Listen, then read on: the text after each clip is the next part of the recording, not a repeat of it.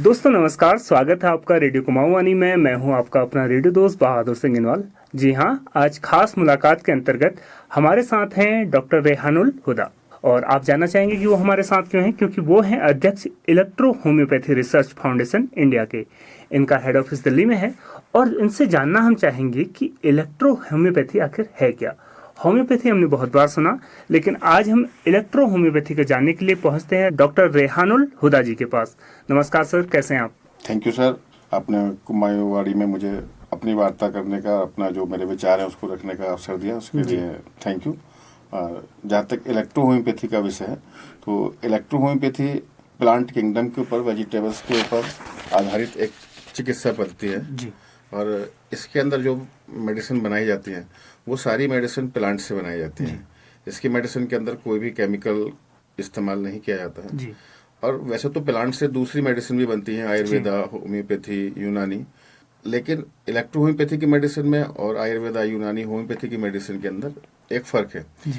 Electro homeopathy के अंदर जो मेडिसिन बनती है उसकी एक अपने आप में एक अलग विधि होती है जिसको कि हम स्पेजरिक विधि कहते हैं। तो इसके अंदर जो मेडिसिन बनती है वो स्पेजरिक विधि से बनती है और स्पेजरिक विधि से बनाई गई मेडिसिन जो होती है वो उनकी कार्य करने की क्षमता जो है वो अधिक होती है और इसमें जो डोज है वो माइक्रो डोज दी जाती है, सूक्ष्म क्वांटिटी में जो है वो मेडिसिन को देते हैं। इसी वजह से जो हम लोग इसकी मेडिसिन को बनाते हैं तो मेडिसिन के प्रोडक्शन में भी बहुत ज्यादा बल्क मेडिसिन की जरूरत नहीं पड़ती है।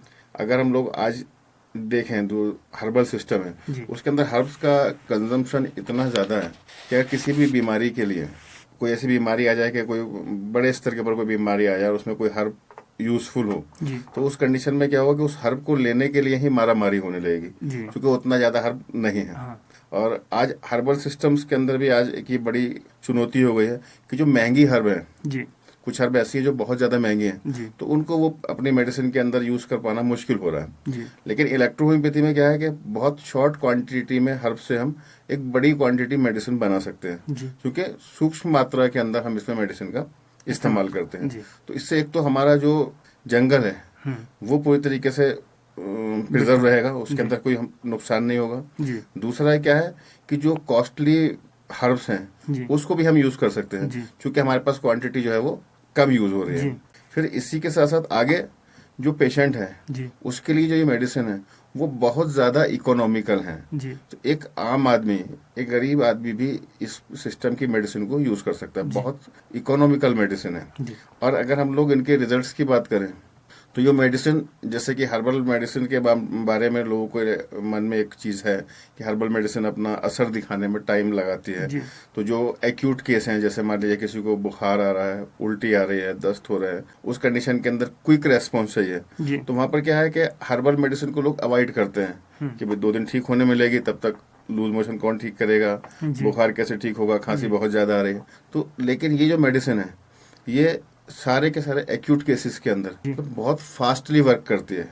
जैसे दूसरे सिस्टम की मेडिसिन वर्क करती है, एलोपैथिक मेडिसिन जैसे वर्क करती है, उसी तरीके से बहुत फास्टली वर्क करती है। विद इन फ्यू मिनट्स और कुछ केसेस में विद इन फ्यू सेकंड्स आप जो है वो रिजल्ट देख सकते हैं। क्योंकि कुछ बीमारियां ऐसी होती है जिसके अंदर result with in few seconds चाहिए, अगर उतनी जल्दी रिजल्ट नहीं मिला तो पेशेंट सर्वाइव नहीं कर पाएगा। तो ऐसी कंडीशन में भी जो है वो इलेक्ट्रो होम्योपैथी की मेडिसिन से रिजल्ट मिल जाते हैं। तो इमरजेंसी कंडीशंस के अंदर भी हम इसको मेडिसिन को यूज कर सकते हैं। और फिर सबसे बड़ी बात है कि मेडिसिन सस्ती है। आपने कहा कि मेडिसिन सस्ती है और ये पद्धति सर लोगों के लिए बहुत यूजफुल है क्योंकि हम प्लांट भी कम ले रहे हैं। लेकिन कई बार कई केस ऐसे हैं, कई बार हमें स्वास्थ्य के लिए कुछ जांचें करानी जरूरी है, जैसे ब्लड की जांच करानी है, बहुत सारी जांचें हैं। तो आप इसमें पता कैसे लगाएंगे कि जो मरीज है उसे क्या दिक्कत है और कौन सी दवा हमें देनी चाहिए?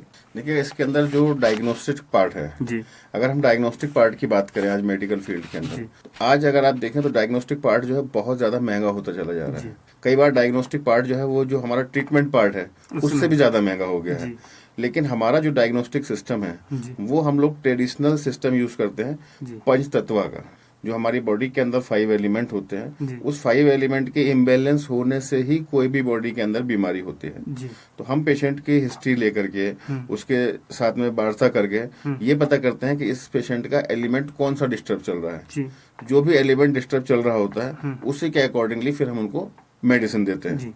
हमें अब किसी भी डिजीज के इन्वेस्टिगेशन के लिए कोई बहुत ज्यादा हम लोग जो है ना पैथोलॉजी के ऊपर डिपेंडेंट नहीं है या किसी दूसरे इस टाइप के इन्वेस्टिगेशन के ऊपर। हम लोगों का जो फाइनल इन्वेस्टिगेशन है, डायग्नोसिस है, वो 5 एलिमेंट की बेस के ऊपर ही बनता है। तो उसमें हम उनके सिम्टम्स लेकर के उनसे बात करके उनका खाने की इच्छा किस चीज की होती है, टेस्ट की क्रेविंग क्या है, उनके टिश्यू कौन से डिस्टर्ब हो रहे हैं, सेंसरी ऑर्गन्स क्या कह रहे हैं, उसके अकॉर्डिंगली हम लोग एक कंक्लूजन निकालने के बाद में डायग्नोसिस के ऊपर पहुंच जाते हैं और उस डायग्नोसिस से ही हम लोग जो है फिर मेडिसिन को देते हैं। सर मैं ये समझ पाया कि आप एक पंचतत्व का या जो भी आप डायग्नोस करने के तरीकों को लेकर बात कर रहे हैं, कुछ मेजर केसेस में सर्जरी की भी जरूरत होती है। क्या इलेक्ट्रो होम्योपैथी वहां पे कारगर हो सकती है या अभी तक वो वहां नहीं काम नहीं कर रही? देखिए, सर्जरी तो इलेक्ट्रो होम्योपैथी नहीं करेगी, लेकिन इलेक्ट्रो होम्योपैथी को यूज करने से आप सर्जरी को अवॉइड कर सकते हैं। क्योंकि सर्जरी भी एक कंडीशन है जो कि एक कांस्टेंट लंबे टाइम तक क्रॉनिक कंडीशंस बॉडी के अंदर बने रहने की वजह से वो डेवलप हुई है। तो उस टाइप की जो सर्जरीज हैं उसको आप इलेक्ट्रो होम्योपैथी से अवॉइड कर सकते हैं। हाँ, कुछ वैसी सर्जरीज हैं जैसे कि मान लीजिए कोई एक्सीडेंटल सर्जरी है तो उसके तो फिर आपको जो है वो सर्जरी में ही जाना पड़ेगा। जी, तो आज जैसे इलाज की अलग अलग पद्धतियां मौजूद हैं, चाहे उसमें यूनानी आपने बताया, होम्योपैथी आपने बताया, एलोपैथी आपने बताया, इलेक्ट्रो होम्योपैथी जो अभी आप इसे कह रहे हैं, तो ये लोगों के लिए कैसे फायदेमंद हो सकती है या ये इनसे किस तरह से अलग है? देखिए, जब से दुनिया बनी है इंसान बराबर हेल्थ को ठीक करने का प्रयास कर रहा है। Day by day her era के अंदर नई नई चिकित्सा पद्धतियों का आविष्कार हो रहा है। नई चिकित्सा पद्धतियों का आविष्कार सीधा सा ये दर्शाता है कि जो हमारी पुरानी चिकित्सा पद्धतियां हैं उनसे हम कहीं न कहीं अपने आप को संपूर्ण स्वस्थ करने में असमर्थ है। इसीलिए ही जो है वो नई चिकित्सा पद्धति का हम डे बाय डे जो है वो आविष्कार हो रहा है। लेकिन जहां तक इलेक्ट्रो होम्योपैथी की बात है तो इलेक्ट्रो होम्योपैथी कोई नई चिकित्सा पद्धति नहीं है। हमारे देश के अंदर भी लगभग 136 साल का इतिहास है इलेक्ट्रो होम्योपैथी का। 136 साल से जो है वो इलेक्ट्रो होम्योपैथी देश के अंदर चल रही है। और उसके अलावा भी जो हमारी भारतीय चिकित्सा पद्धतियां हैं उन जब से दुनिया बनी तब से भारतीय चिकित्सा पद्धतियां जो है वो चिकित्सा में यूज करी जा रही है। ऐसा नहीं है कि इलेक्ट्रो होम्योपैथी कोई नई चिकित्सा पद्धति है। अब जैसे जैसे कॉमर्शलाइजेशन हो रहा है चीजों का तो इलेक्ट्रो होम्योपैथी के अंदर ये जितने भी अल्टरनेटिव सिस्टम है उसके अंदर भी उतना ज्यादा कॉमर्शलाइजिंग नहीं हुई है। और आज भी इलेक्ट्रो होम्योपैथी की जो मेडिसिन है वो एक इकोनॉमिकली अफोर्डेबल है किसी भी पेशेंट के लिए, क्योंकि वो पूरी तरीके से जो है प्लांट्स के ऊपर आधारित है। तो इसलिए ये मेडिसिन जो है वो सस्ती होने की वजह से समाज को आज इस मेडिसिन की बहुत ज्यादा जरूरत है। क्या आप इसे ये कह सकते हैं कि इलेक्ट्रो होम्योपैथी या आयुर्वेदिक का परिष्कृत रूप है, नेक्स्ट जनरेशन है? क्या आप इस तरह से इसे कहना चाहेंगे? हाँ, देखिए, किसी का नेक्स्ट जनरेशन तो नहीं कह सकते क्योंकि वो भी उनकी अपनी एक चिकित्सा पद्धति है। लेकिन कोई भी चिकित्सा पद्धति का जो चिकित्सा पद्धति निर्धारित होती है उसके लिए क्या है कि जैसे मान लीजिएगा होम्योपैथी है तो होम्योपैथी के अंदर भी एक एग्जांपल देता हूँ कि नीम है, नीम का प्लांट है, वो होम्योपैथी में भी यूज होता है। या मान लीजिएगा आपके यहाँ पर एक किलमोड़ा करके एक प्लांट था जिसको बर्बेरिस वल्गैरिस कहते हैं, वो होम्योपैथिक में भी यूज होता है। आयुर्वेदा भी उसको यूज करता है, यूनानी भी उसको यूज करता है और हम भी यूज करते हैं। लेकिन डिफरेंस कहाँ पर है? डिफरेंस है उससे दवाई को बनाने के तरीके के ऊपर। आयुर्वेदा क्या करता है, मान लीजिएगा उसने कोई प्लांट लिया, उसका पाउडर बना करके दिया या उसको काढ़ा बना करके बाउल करके पानी के अंदर वो पेशेंट को पिलाया। होम्योपैथ क्या करता है, उसको मैसरेशन करके उस प्लांट को अल्कोहल में डालते हैं, अल्कोहल में डालने के बाद में उसका जो मैसरेशन होता है और फिल्टर करके मदर टिंचर के रूप में वो पेशेंट को देते हैं। हम क्या करते हैं कि हम उस प्लांट का जो एक्सट्रैक्ट निकालते हैं वो स्पेजरिक मेथड से निकालते हैं। तो सिर्फ प्लांट का एक्सट्रैक्शन निकालना ही सारे सिस्टम को अलग अलग कर देता है। प्लांट तो सारे सिस्टम के अंदर वही सेम प्लांट्स हैं, कोई नए अलग से उतर के प्लांट नहीं आएंगे। लेकिन उस प्लांट से हम किस तरीके से उस प्लांट को यूज कर रहे हैं, हमारा दवाई बनाने का क्या तरीका है, वही तरीका जो है सारे सिस्टम को अलग अलग करता है। सर, आपने बहुत बेहतरीन तरीके से हमें इलेक्ट्रो होम्योपैथी को समझाया और किस तरीके से भिन्न है और अन्य पद्धतियों से, चाहे यूनानी हो चाहे वो आयुर्वेदिक हो। अब हम जानना चाहेंगे जो आप अभी इस पर काम कर रहे हैं इलेक्ट्रो होम्योपैथी पे, अपने फाउंडेशन के बारे में थोड़ा लोगों को बताएं और ये फाउंडेशन अभी क्या कर रहे हैं? Electro homeopathic research foundation electro homeopathic चिकित्सकों का एक समूह है। देश भर में लाखों इलेक्ट्रो होम्योपैथी के चिकित्सक इलेक्ट्रो होम्योपैथी से चिकित्सा कार्य कर रहे हैं। और इलेक्ट्रो होम्योपैथिक रिसर्च फाउंडेशन के अंदर ये डॉक्टर्स जो हैं वो इलेक्ट्रो होम्योपैथिक रिसर्च फाउंडेशन के मेंबर हैं। और electro homeopathic research foundation different type से अलग अलग मोड में हम लोग काम करते हैं। पहला काम तो यह है कि हम इलेक्ट्रो होम्योपैथी को डेवलप करने के लिए काम करते हैं। अपने जो डॉक्टर्स हैं उनको अपडेट करना, उनको और ज्यादा नॉलेज देना। जी। तो ये ग्रुप का ये काम हो गया। जी। दूसरा, ये फाउंडेशन क्या करता है कि जगह जगह पर चैरिटेबल क्लिनिक्स चलवाना जी। या फिर मेडिकल कैंप लगवाना, जी। इस टाइप की भी जो है वो एक्टिविटीज हम लोग करते हैं। जी। तीसरा क्या है कि गवर्नमेंट के साथ में कम्युनिकेशन करके इलेक्ट्रोहोम्योपैथी के डेवलपमेंट के लिए गवर्नमेंट से बात करना, गवर्नमेंट को समझाना, गवर्नमेंट से एक जगह बनाना कि इलेक्ट्रोहोम्योपैथी का गवर्नमेंट जो है वो जगह जगह हॉस्पिटल एस्टेब्लिश करे, इस टाइप की चीजें करे। तो उन सब चीजों के लिए जो है काम करता है ये फाउंडेशन। आपके फाउंडेशन के अंतर्गत जो आज विजिट हो रहा है मुक्तेश्वर में, या तो इस विजिट के बारे में बताएं और इसे आप कितना सफल मानते हैं? हमने एक 5 डेज का कार्यक्रम रखा था जी।